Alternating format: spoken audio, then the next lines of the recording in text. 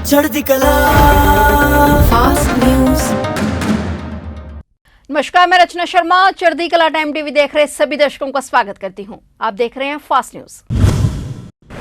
पुलवामा जिले में हुए आत्मघाती हमले की आज चौथी बरसी है। प्रधानमंत्री नरेंद्र मोदी ने 2019 में आज ही के दिन पुलवामा में सीआरपीएफ के काफिले पर हुए आतंकी हमले में शहीद हुए जवानों को आज मंगलवार को श्रद्धांजलि अर्पित की। उन्होंने ट्वीट कर कहा कि अपने वीर नायकों को याद करते हैं जिन्हें हमने इस दिन पुलवामा में खो दिया था।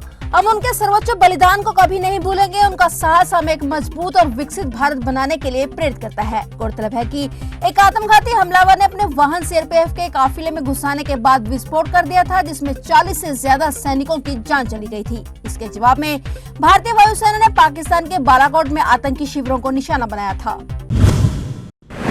केंद्रीय गृह मंत्री अमित शाह आज करनाल दौरे पर हैं। आज शाह प्रदेश की जनता को बड़ी सौगात दे रहे हैं। यहाँ वह 3 कार्यक्रमों में भाग लेंगे।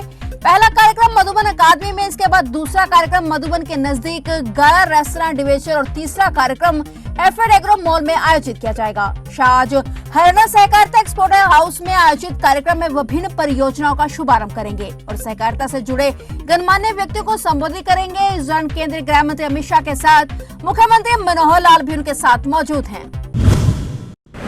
सुप्रीम कोर्ट ने कहा है कि वे कुछ हाईकोर्ट के मुख्य न्यायाधीशों द्वारा वर्चुअल सुनवाई के लिए तकनीकी व्यवस्था को खत्म करने से बेहद परेशान है। सुप्रीम कोर्ट ने हाइब्रिड सुनवाई विकल्प को भंग नहीं करने की सिफारिश की है। साथ ही उन्होंने कहा है कि जनता के पैसे का इस तरह के दुरुपयोग नहीं किया जा सकता। Chief justice of India DY Chandrachud की अध्यक्षता वाली पीठ ने वर्चुअल सुनवाई को मौलिक अधिकार घोषित करने की मांग वाली याचिका पर सुनवाई की पीठ ने कहा कि वर्चुअल तकनीक केवल महामारी के समय तक के लिए नहीं थी। CJI की अध्यक्षता वाली पीठ ने टिप्पणी करते हुए कहा कि सभी मुख्य न्यायाधीशों को टेक्नोलॉजी का इस्तेमाल करना सीखने की जरूरत है, भले ही वो टेक फ्रेंडली हो या नहीं। CJI DY चंद्रचूड़ ने इस बात पर भी टिप्पणी करते हुए कहा कि एक विशाल बजट आवंटित किया गया है जिसका उपयोग करने की आवश्यकता है। सुप्रीम कोर्ट ने कहा है कि चीफ जस्टिस तकनीक को समझते हो या नहीं, वे कर्तव्य से बंधे हुए हैं। चीनी हवाई क्षेत्र के ऊपर कोई अमेरिकी गुब्बारा नहीं उड़ रहा है। व्हाइट हाउस ने बीजिंग के दावों को खारिज करते हुए यह बात कही है। व्हाइट हाउस में राष्ट्रीय सुरक्षा परिषद में रणनीतिक संचार के संयोजक जॉन किर्बी ने पत्रकारों से कहा है कि हम चीन के ऊपर निगरानी गुब्बारे नहीं उड़ा रहे हैं। उन्होंने कहा कि उन्हें किसी अन्य विमान के बारे में पता नहीं है जिसे वे चीनी हवाई क्षेत्र में उड़ा रहे हैं। इससे पहले दिन में भी चीन ने आरोप लगाया था कि पिछले साल अमेरिका ने उनकी अनुमति के बिना 10 से अधिक ऊंचाई पर उड़ने वाले गुब्बारे उनके हवाई क्षेत्र में भेजे। विदेश मंत्री वेंडी शर्मा ने एक अन्य संवाददाता सम्मेलन में पत्रकारों को बताया कि पीपुल्स रिपब्लिक ऑफ चाइना के ऊपर अमेरिकी सरकार के कोई गुब्बारे नहीं हैं। केंद्रीय गृह मंत्री अमित शाह ने कहा है कि 2024 के लोकसभा चुनावों में भाजपा के लिए कोई प्रतिस्पर्धा या चुनौती नहीं है और देश की जनता पूरे दिल से प्रधानमंत्री नरेंद्र मोदी के साथ चल रही है।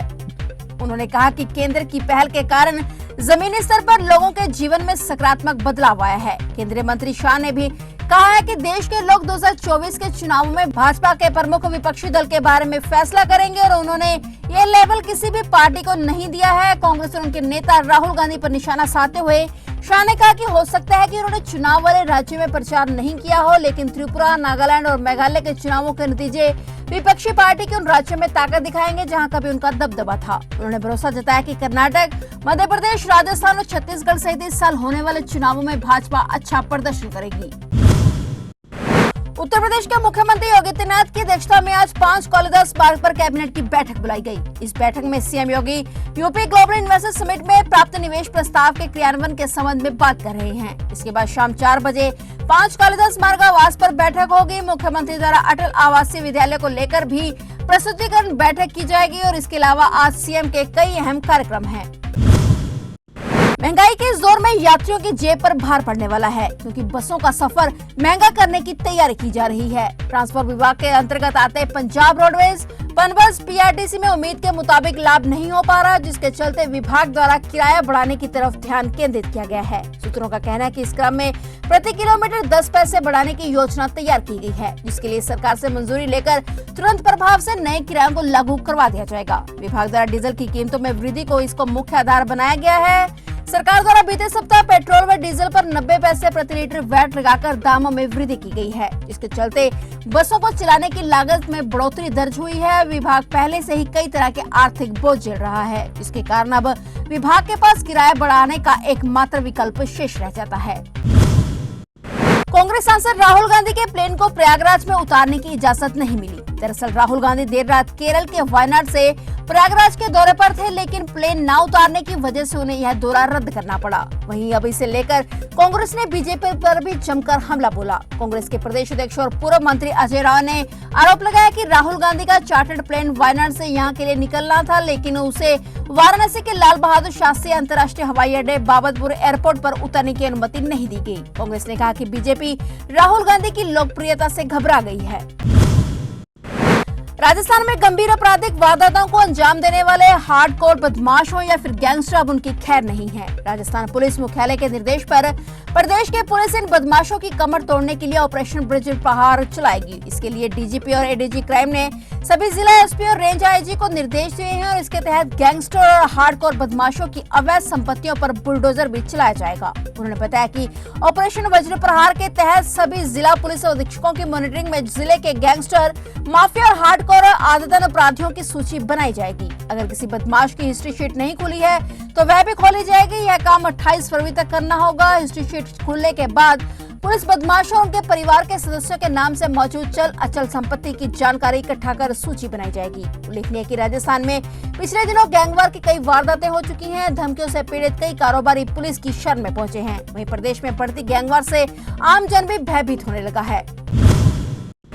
सरकारी स्कूलों के प्रिंसिपलों को ट्रेनिंग के लिए विदेश भेजने के बाद पंजाब की भगवंत मान सरकार ने स्कूलों में पढ़ने वाले प्री प्राइमरी के बच्चों को मोटिवेट करने के उद्देश्य से उन्हें ग्रेजुएशन ड्रेस पहनाने की तैयारी भी कर ली है। इन नौनिहालों के हाथ में जल्द ही प्री प्राइमरी क्लास को पास करने की डिग्री भी होगी। पंजाब के सभी सरकारी प्राइमरी स्कूलों में प्री प्राइमरी कक्षाओं के विद्यार्थियों के लिए ग्रेजुएशन सेरेमनी का आयोजन करने का फैसला किया है। प्राइवेट स्कूलों के मुकाबले में सरकारी स्कूलों में किसी प्रकार की कमी न रहे, इसी उद्देश्य से यह कदम उठाया गया है। जानकारी के मुताबिक शिक्षा विभाग पंजाब द्वारा सरकारी स्कूलों में 3 से 6 वर्ष के विद्यार्थियों के लिए चलाई जा रही प्री प्राइमरी कक्षाओं के विद्यार्थियों के दाखिले को बढ़ाने और उनकी एक्टिविटीज को आकर्षक बनाने के लिए किए जा रहे प्रयासों के तहत ही यह कदम उठाया गया है। इस श्रृंखला में शिक्षा विभाग ने ग्रेजुएशन सेरेमनी के लिए स्कूलों को फंड भी जारी किए हैं। इस सेरेमनी के लिए राज्य शिक्षा खोज और सिखलाई परिषद द्वारा प्रदेश भर के 12,846 प्राइमरी स्कूलों को 3 करोड़ 85 लाख रुपए की राशि जारी की गई है। आरा बक्सर नेशनल हाईवे पर भीषण सड़क हादसा हो गया। इस हादसे में पूर्व सांसद और जन अधिकार पार्टी संयोजक पप्पू यादव बाल बाल बच गए। वहीं बीएमपी के 2 जवान और चालक सहित कुल 11 लोग इस सड़क हादसे में घायल हो गए। टक्कर इतनी जबरदस्त थी कि गाड़ियों के परकच्चे उड़ गए और काफिले से चल रही गाड़ी सड़क से नीचे जा गिरी। बता दें कि यह हादसा उस वक्त हुआ जब पूर्व सांसद पप्पू यादव अपने कार्यकर्ताओं के साथ शादी में शामिल होने जा रहे थे। पप्पू यादव की सुरक्षा में तैनात जवान बुरी तरह से घायल हो गए हैं। ट्रेन में सफर करने वाले कुछ यात्रियों को आज भी परेशानी का सामना करना पड़ रहा है। ऐसा इसलिए क्योंकि आज 14 फरवरी को भारतीय रेलवे ने 461 ट्रेनों को रद्द कर दिया है। कल भी 386 ट्रेनें रद्द हुई थी। जो ट्रेनें कैंसिल हुई हैं उनमें पैसेंजर एक्सप्रेस और सुपरफास्ट गाड़ियां शामिल हैं। कोलकाता टर्मिनल और अमृतसर के बीच चलने वाली दुर्गियाना एक्सप्रेस, भागलपुर से चलकर आनंद विहार टर्मिनल आने वाली विक्रमशिला एक्सप्रेस, देहरादून से हावड़ा जाने वाली कुंभ एक्सप्रेस और नई दिल्ली से गया जाने वाली महाबोधि एक्सप्रेस ट्रेन आज रद्द होने वाली प्रमुख ट्रेनों में शामिल है। आज 412 ट्रेनों को पूरी तरह से कैंसिल किया गया है। 49 ट्रेनों को आंशिक रूप से रद्द किया गया है। इनके अलावा आज 11 ट्रेनों को रिशेड्यूल भी किया गया है। यही नहीं, भारतीय रेलवे ने आज 33 ट्रेनों को डाइवर्ट भी किया है। इसका मतलब है कि ये ट्रेनें आज अपने निर्धारित रूट से नहीं चल रही हैं। फिलहाल फास्ट न्यूज में इतना ही और नए समाचारों के साथ फिर से हाजिर होंगे। तब तक के लिए देखते रहिए चढ़ती कला टाइम टीवी। चढ़ती कला फास्ट